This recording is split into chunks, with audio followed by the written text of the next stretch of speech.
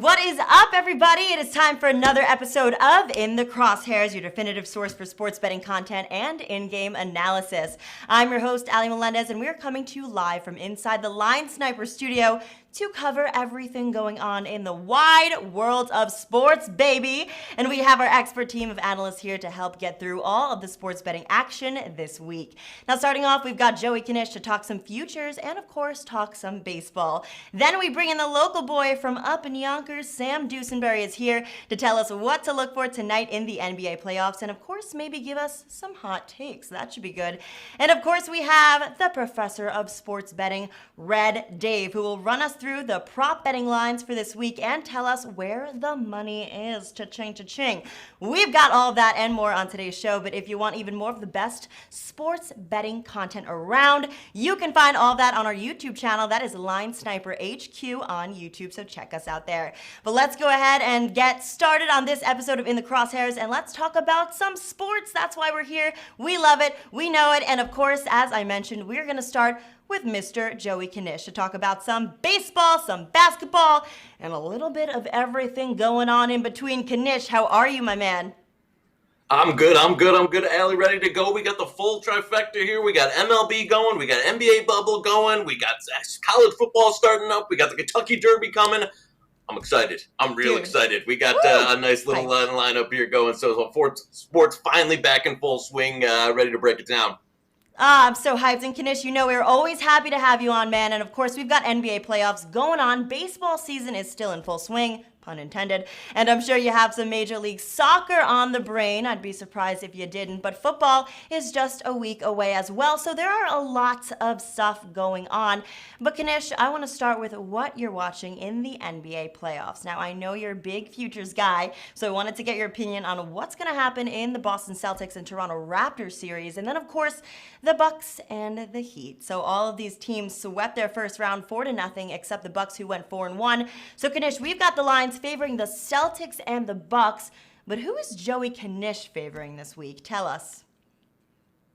No, you know what? I was on a little bit of Celtics pre-series. I think they're a bad matchup for Toronto. They're just in a good spot here. You know, there was a little bit of value on them, plus money to start the series. Now I'm seeing, minus 190 out there. I still think they win the series, but you can play it as either, laying the series price, taking them in game two here. Obviously, if they drop game two, it'll revert back and probably be around a pick, depending on that finish. But these games are going to be, minus one, minus two pick 'em basically for the entire series.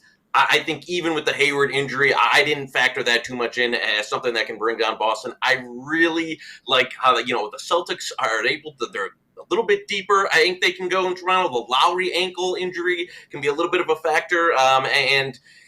Going against the Nets, the Raptors, I think, came in a touch overvalued in this series. And Boston's, they're putting it together. I know Toronto's the former champ in that, and they're, coming into this, a lot of confidence. We're playing well in the bubble. I just think, when you break it down matchup to matchup, you've got Tatum really ascending to be that one of those, elite top 10 players in the league. And anytime you got the best player on the court, which I think is Jason Tatum, you've always got a little bit of an edge there. Got to give the ball at ISO time late in the game. They've got Tatum, they've got Kemba, they've got Jaylen Brown kind of exploding on the scene.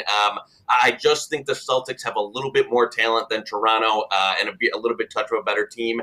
And they should have kind of been favored coming in. So that's, I'm liking the Celtics there. Now, Heat, Bucks. Heat take game one. I know we were sitting on a little bit of a Heat future here that we bought up. Those prices have come down tremendously since we talked about it on the show. They obviously stole game one.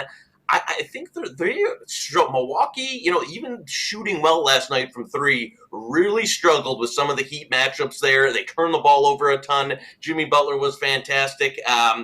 And you've seen Giannis in a playoff series when he's going up against a great coaching staff that can kind of game plan for him and game plan. And they let the other, Middleton played well. Lopez played well. Giannis got his. They still lost the game. The Heat can really present, with the depth they have, present a lot of matchup issues for Milwaukee. I think this is a series that can go the distance. Now, am I going to tell you to lay the Heat here, in the series price after they've already won a game? No, I think there was some value, coming into it, or value on, when we took them 10-1 for the conference. Nowadays, I'd be more on a game-to-game situation of finding, spots to back the Heat in this series. But I think it's going 6 or 7. I think the Heat take the Bucks to the wire.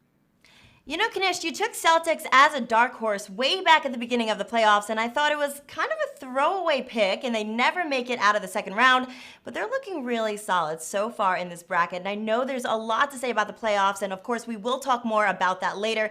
But Knish, we mentioned how many sports we have going on this week, so let's jump on over to baseball for a minute here and talk about that. Now, Knish, give me your breakdown of the MLB games we have coming up. Rays versus Yankees. You feeling Braves versus Red Sox, Rangers and Astros? I mean, Joey, what are you watching? What's going on? Yeah, you know what? One I like that's on the early line for tomorrow. You know, there's some overnights up right now as we're looking at the board. We got the Padres tomorrow versus the Angels. Padres are, it's a team we bought them to win the division, bought on a future. They hit a little bit of a road bump early. Really rolling now, made some win now moves in the trade market to add to the team. There was some fantastic rumors out there about them. Nothing, they didn't get any what I would call elite line talent, but they added a few positions. Tatis right now, NL MVP. They've got, a little bit of depth in the lineup to get through. The pitching, the starting pitching has been good. Lamet is, making a case for one of the top starters in the NL. I like that they're around minus 170 tomorrow versus the Angels. Angels are, have been a team that's kind of disappointed throughout. I like that. I'm going to lay the 170. I think that even steams up an extra 10 to 15 cents, assuming that we'll get, there's not any last second pitching changes or any of that. But for me, I like Padres tomorrow. That's been a buy team for me all year, and I'm going to buy them again on the early line for tomorrow's game for the Angels. All right, so Knish has the West Coast dads to beat the Angels in the outfield. There you go. And of course, we are down a game tonight. Yeah, of course we are. Unfortunately, down a game tonight after a positive COVID test cancels the A's game. But Knish, just one more bet we want to get from you real fast, and that is some futures. So now we take a look at your futures portfolio. And of course, we did that a little while back. Is there anything to add to that for us? I mean, take us through it, man. Yeah, I mean, the futures folio is looking real nice. If the Rockets would have closed it out last night here, I tell you, this team has sucked me in year after year after year. And I don't know. I think they get it done in Game 7 versus OKC. But obviously, Westbrook hasn't come back into the mold and meshed as well. But I still think we can get Game 7 and hopefully get some good variants in a shooting variant in a Lakers series. A couple that I'm going to add are to my baby at heart, which is college football. Thankfully, I think we've got the season going to get started here. We had the first game on Friday. Now we start getting the big boys back into the realm, the Power 5 conferences. Two conference futures that I liked a lot were in ACC and the Big 12. North Carolina was a big buy-on team for me coming into the year in the AC. You can find them out there, at 18-1, 20-1. I mean, there was really some prices out there. And I know Clemson's huge chalk, big favorite. At TNN, they've been the elite program in the country the last 2 years.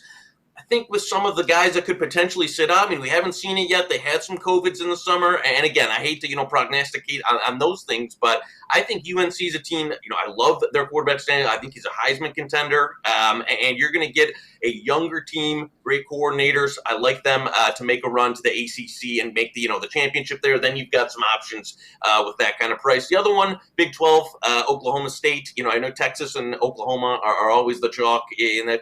I really like what Oklahoma State coming back. From what it looks like now, I haven't seen, they had Chuba Hubbard in the backfield, Spencer Sanders at quarterback.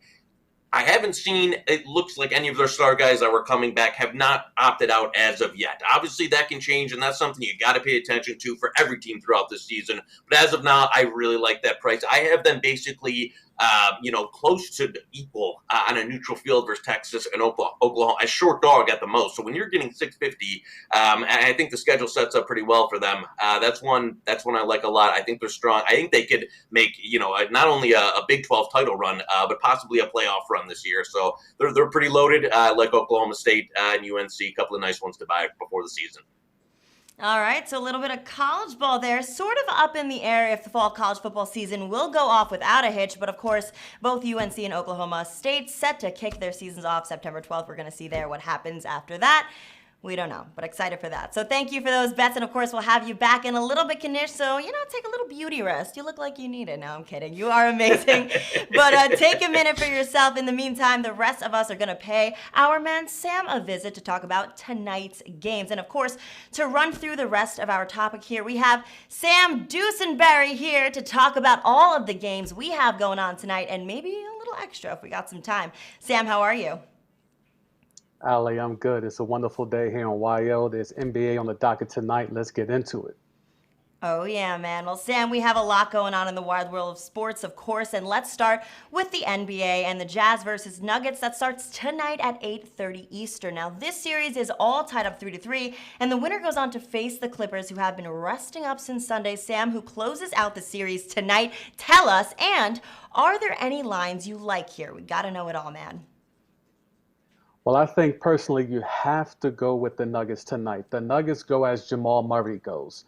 And the Jazz have shown no ability whatsoever to stop Jamal Murray. He's been amazing in the last two games. He's been amazing overall the whole series. He is a budding superstar. So because of that, I think you can maybe test the money line and hit that with the Denver Nuggets tonight. I think you get some good value there. Utah is supposed to be better than this. Donovan Mitchell's been going crazy. He's been dropping buckets all over the place, but it's literally just been him.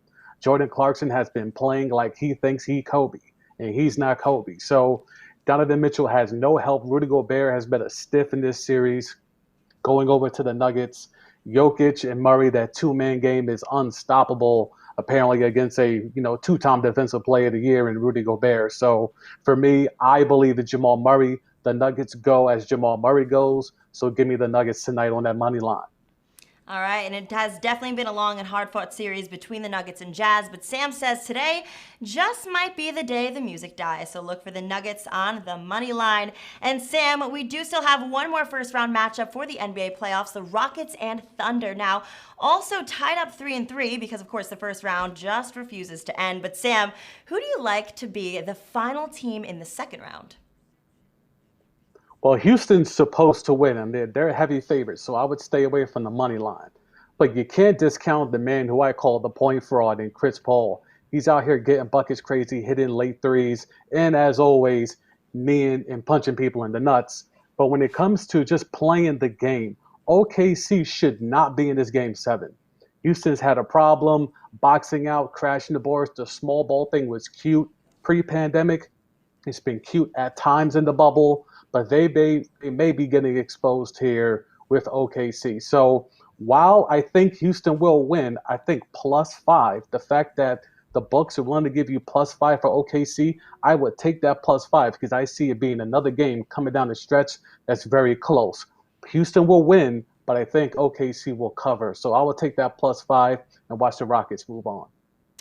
Yeah, I mean, hey, sometimes you can't find any value in the money line, but Sam says if you want to still look to make some cash on that game, look to take the point spread for OKC.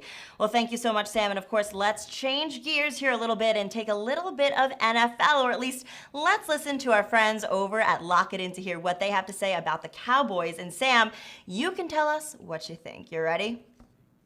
Let's do it. All right. Well, let's have Clay Travis take it away then. All right. Now, here's the problem with the Cowboys. They beat bad teams. The NFC East is awful. And as a result, if you look at what they've done over the last 3 years, they've been bad against good teams. 8-16 over the last 3 years. They beat bad teams. They lose to good teams. That is what is going to happen again this year. This is an 8-8 division. They might be able to win it at 8-8, but I'm not buying there's good chemistry with Dak over the one-year deal. I'm not buying suddenly Mike McCarthy's going to come in and cure what ails the defense. Yep. I don't buy into it. I think the Cowboys are overvalued right now. Neither do I. I agree. Yeah, normally me and Clay Travis don't see eye to eye on many things off the field, but I do think there's some things here that we may have some synergy on. I think overall the Cowboys are overrated, overvalued, whatever you want to place on them. Yes, the division is horrific. That goes bar none. Yes, they do have literally the easiest schedule in the NFC. That's also, you can't deny that. But when you have the fact that Gerald McCoy is already done, Amari Cooper is already nursing injuries. Mike McCarthy, I mean, really? Is that what we're pinning their hopes on? Jerry and him are already clashing with comments in the media, and we're not even at week 1 yet. So to me, Dallas, even though they have a great schedule, even though that division is putrid, you can't trust these Dallas Cowboys.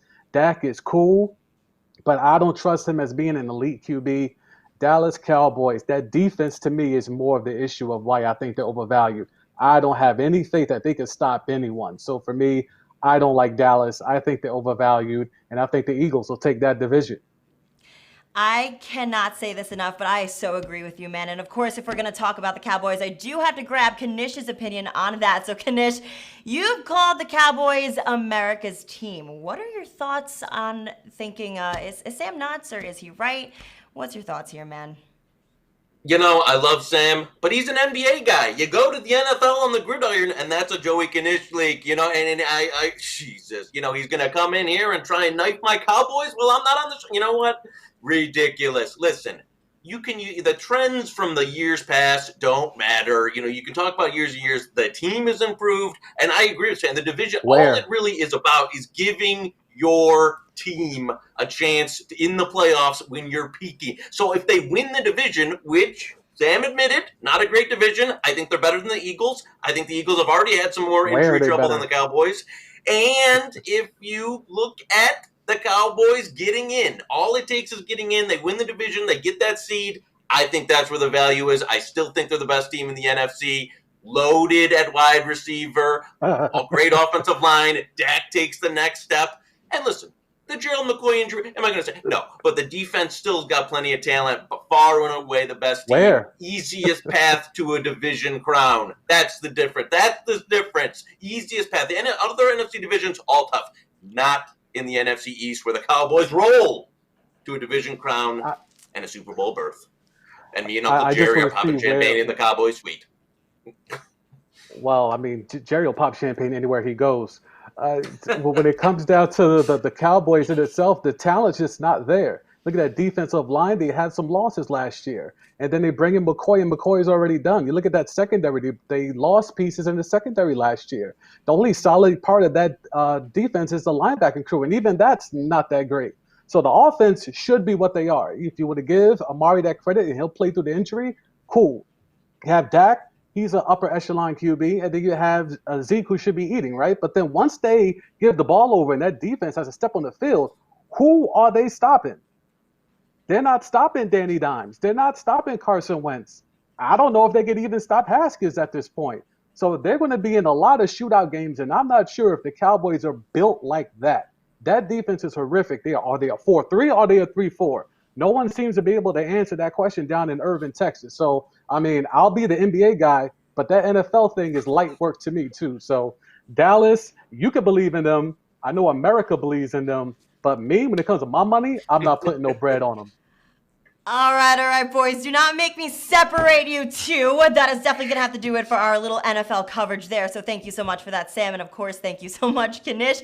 But both of you will still have plenty of show left, and we're going to bring you back near the end. But we still got to talk about some prop bets, of course. And to talk about those props, let's welcome in the wisest man in betting. That is, of course, our man, Red Dave. Now, thanks so much for joining us once again. How you doing? Now, I'm personally doing well, but if I had money on the Bucks futures right now, I'd be a little steamed up because the way that Coach Mike Budenholzer coached that game last night for them was frightening. I think he played about 10 different guys in the first quarter. Giannis played like a role player, not like an MVP in terms of minutes. So hopefully there's some changes there, and I think we'll see some adjustments tonight and definitely for tomorrow as well. Absolutely, Dave. I mean, you're jumping into the NBA right now, but I mean, there's a lot of sports to cover. So, of course, that means a lot of props on the board in general. So, Dave, let's see what you've got this week. And I want to start with the playoffs, just in case you have any props that have to go in right now, since you already kicked us off with that conversation.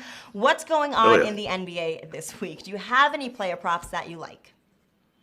Yeah, I do. And these, certainly the Jazz Nuggets game is coming down to the wire. But I'd like two particular props in the early game, so that the Raptors and the Celtics.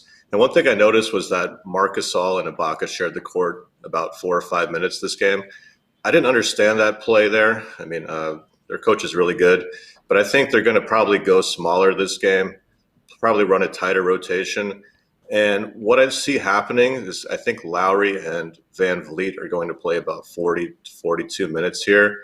And since those guys are the best distributors on the team, I look for Marc Gasol to suffer here. And there's a good prop bet on him to go under 2.5 assists. And with those guys both on the court, Gasol is not much of a distributor. He's there to touch the ball, to shoot threes, and to get offensive rebounds. So I would play Marc Gasol under 2.5 assists. And the other play in that game is going to be on Marcus Smart, who is generally, when Hayward was healthy, he was like a sixth man. But with Kemba on, and Kemba on definitely hurts his assist making chances. But one thing I noticed last game is the Celtics, and I think rightfully so, played small. They didn't play Cantor. They just went with a front court of Daniel Tice and Robert Williams, and they played Tatum some at center. So I think they're looking to go small. And when they play more guards like Kemba and Wanamaker, it really hurts Marcus Smart's chances of getting assists. And I saw him more as kind of like a quick-fire three-point shooter, which I liked. But in terms of prop bets, it's going to really hurt his assist-making chances because he's kind of like the second or third distributor on the court. So I would look to play Marcus Smart under 4.5 assists from that game. And for the last game, for the Nuggets-Jazz game, I would look to play Paul Millsap under 7.5 points, possibly under 13.5 points, rebounds, and assists. And I think what's going to happen here is we got Gary Harris back for the Nuggets. Millsap doesn't really have any real value. Like, he has no one to guard. He's like a big guarding Royce O'Neal and Georges Niang. They're both small forwards. There's really no point in playing him against those guys. And I think you might see him play maybe like 10 first half minutes, then 6 in the second half. And then they'll probably go with like Michael Porter Jr., Gary Harris, some guys like that to finish down the stretch. So I think Millsap will kind of get what we call phased out of this game. So I look to kind of play everything under on him. I just don't think he's going to be a big part of such a critical game. All right, well, there you have it, folks. Thank you so much, Dave, for that insight. But moving outside of the NBA and, of course, to the Diamond, we have a ton of baseball games, including the ones that KNISH talked about and then some. So how about those, Dave? Do you have any prop bets for us? You got any strikeouts, RBI, anything like that? Yeah, I kind of butchered this one last week. I was bullish or bearish on Ian Anderson for the Braves making his major league debut. And he pitched really well. I mean, he went 6 innings, 90 pitches, gave up 1 run, six strikeouts against the Yankees. But I'm still betting him under 4.5 strikeouts here. And I think the reason is, well, one, I like the lineup that the Red Sox pulled out today. They didn't have this one guy. Let me try to pull up his name here. Bobby Dahlbeck, who's like a strikeout machine. He's not in the lineup. And I'm curious to see how Anderson will do when he gives up like 2 or 3 runs. Are they going to throw him out there for 6 innings at 90 pitches when he stinks? So given the lineup the Red Sox have, and I'm still not sold on this guy, I think under 4.5 just has a little bit of value. I think he's more like 4. Like, I'd say he's about 4 strikeouts here on average. So it's just a little like nice little value bet. Don't go crazy with it, but looks good to me. All right, so Red Dave didn't like Ian Anderson before, and the Braves took him off the mound, and here we are a week later. Dave still says, do not trust Ian Anderson unless, of course, you're trusting him to play poorly tonight. All right, so Red Dave, with our prop picks for the week, a little bit of action on the players, and hey, next week we get to start betting on NFL players too, which is exciting. So now we're talking, but that is, of course, next week. So for now, we have some fan questions to answer and some best bets to give out, so let's bring back the other 2 analysts, and let's get after it, guys. All right, so we've got Red Dave, we've got Sam, and we've got America's sweetheart, Joey KNISH. So everybody is accounted for.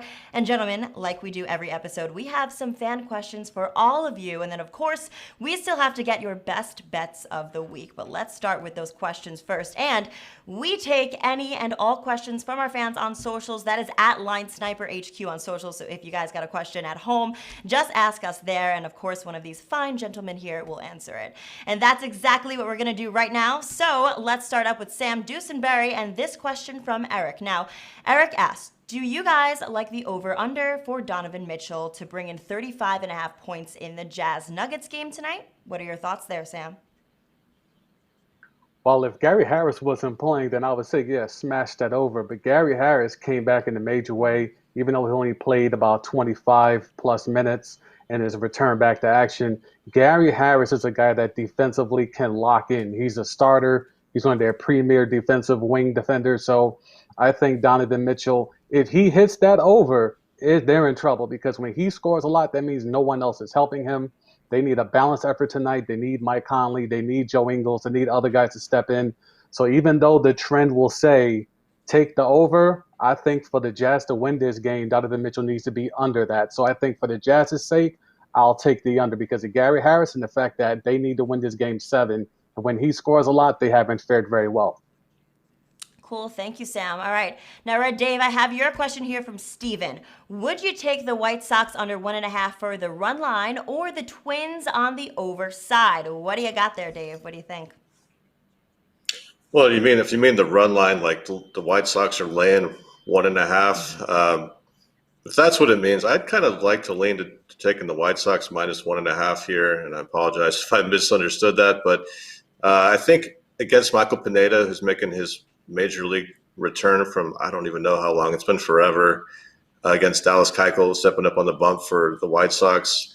With the kind of power that the White Sox have and the uncertainty of Pineda, I would generally take the road team because they have more chances of winning by 2. So, you force me to do it, I'm going to take the White Sox minus 1.5. I think probably minus 130 or so. I think just good value, get lucky, make a little bit of money, plus the 130 actually. But yeah, I like the White Sox. All right. Well, there you go, Steven. Thank you so much, Dave. Now, Joey Knish, your question comes from Gina all the way in Alaska. Gina asks if you have any predictions or picks for the currently ongoing U.S. Open. I mean, I'm gonna have to swim with the fish here. Go with the chalk and take Djokovic, to win, to ship it here. He was minus 130, minus 120 beforehand. I don't know who is going to challenge him. I mean, and you've got the old vets, the old champions here, Nadal and Federer around. You haven't really gotten another guy on the circuit. I know Milos was a popular long shot pick some people had, but Djokovic just dispatched of him on a hard court last week in Cincinnati. He swept through his first round match like he wasn't even playing anybody. He's in form. He's the best player in the world. There's not really anybody, on his level. He's going to be against anybody in the final, minus 500 or something, around those range, no matter who it is when he gets through. I just think the bracket's too easy for him. I just don't see a challenger here that can take him on the hard court right now. So I'd lay it here with Djokovic. It's just, it's square, chalk, whatever you want to call it. But I'm not seeing, unless there's an injury or something here, I'm not sure if there's anyone in this tournament that can really give him a go. And there you have it. Knish taking it to a little tennis at the U.S. Open just across the river from us here in the studio. Well, there you go, guys. And remember, if you want to ask a question for next time, just drop us a line on social at LineSniperHQ. But okay, no more questions for now. It is time to get into the last word from each of you. And of course, that means it is time for our best bets, guys. It does not matter what game, sport, prop, whatever, we get the #1 bet that each of our analysts has this week. And of course, which one they're taking no matter what. So Knish, you're up first, man. Put your money where your mouth is. Let's hear it. I'm going to the Derby, baby. Kentucky Derby, 'tis the law. I am loaded up on 'tis the law futures. Get your fixed price in now, because if you wait until Derby Day and you're waiting until that pair of mutual wagering, he's going to go off minus 200, minus 250. I saw some minus 150. If you found some stale prices, some minus 110, he's going to go off as the first horse in the Derby chalk in over 20 years like this. The main contender, Art Collector, was scratched this morning, is out of the race. He was the one that was suspected to challenge 'tis the law. I don't think there's another horse in the field. He got a decent post in the high teens. I think he'll be okay. There's really not a horse on his level that's in this race anymore. And anything you can snatch up better than minus 200, take it now, because he's going to go off deeper than that. 'Tis the law to win the Derby. I think he runs away with it and wins the Triple Crown. So just to be clear, Knish went with horse racing, not soccer this time around. All right, look at Joey. Listen, I mean, maybe your horse racing last week, changed me up last week. I got sold on the dirt track there, so I had to jump in this week to get a little racing in. Exactly, man. Love to hear it. But let's jump on over to Red Dave. So Dave, if you have to make some money, which we all want to, which bet are you taking? Well, I like Sam's play of the Nuggets to close it out here. I think they're about a 1-point favorite. And the reason I like his play is because the Nuggets have closed out the games really well. Mike Malone's playing Jamal Murray and Jokic a ton of minutes in the second half. I think the Jazz, though, will come out kind of like a sort of urgency in the first half. I think they're just getting outplayed in the second half, to be honest. But I would play them plus half a point in the first half. I think they get it done, and then I think they're just going to get outcoached in the second half. So that's the way I'd go. All right, thanks so much, Dave. Now, Sam, it is all on you, buddy. Last bet of the week. Where are we going? Me and Dave are going to the same game. I'm going to that game, but I'm going to go to total points for Jamal Murray. 32.5. Smash that. Like, I'm not saying put the rent on it because it's the first, but put a lot on that. No one has been able to stop Jamal Murray in this. Much like Donovan Mitchell, the Nuggets have Torrey Craig and now Gary Harris, guys that can stymie him from going off. The Jazz has absolutely nobody who can stop Jamal Murray, and he's proved it over the last 2 games and basically throughout the whole series. He's been a bucket. He's unstoppable. They need him to score to win because Jokic is going to chip in, but they go as Murray goes, and Murray will easily, I think, get over that 32.5. So if you want to get some bread tonight, 32.5 for Jamal Murray total points, take the over. Awesome, guys. Thank you so much. So nice multi-sport coverage there from our analysts. So again, thank you, gentlemen, and all of you at home for watching. We hope those bets work out for you just like they do for our team here. But of course, that is going to be everything we have for you on this episode. If you want to watch more of these analysts and get more best game-by-game analysis around, just subscribe to our YouTube channel. That is Line Sniper HQ, and everything is right there. So thank you so much, guys, for watching. Once again, join us this Thursday for even more of the very best sports betting insight and expert picks around. But that is, of course, next time. So for now, this has been In The Crosshairs, brought to you by LineSniper.com, your definitive resource for sports betting content and in-game analysis. For the team here in the studio, I'm Ali Melendez. Thank you so much for watching. I'll catch you next time. Steps into it, the windmill slam.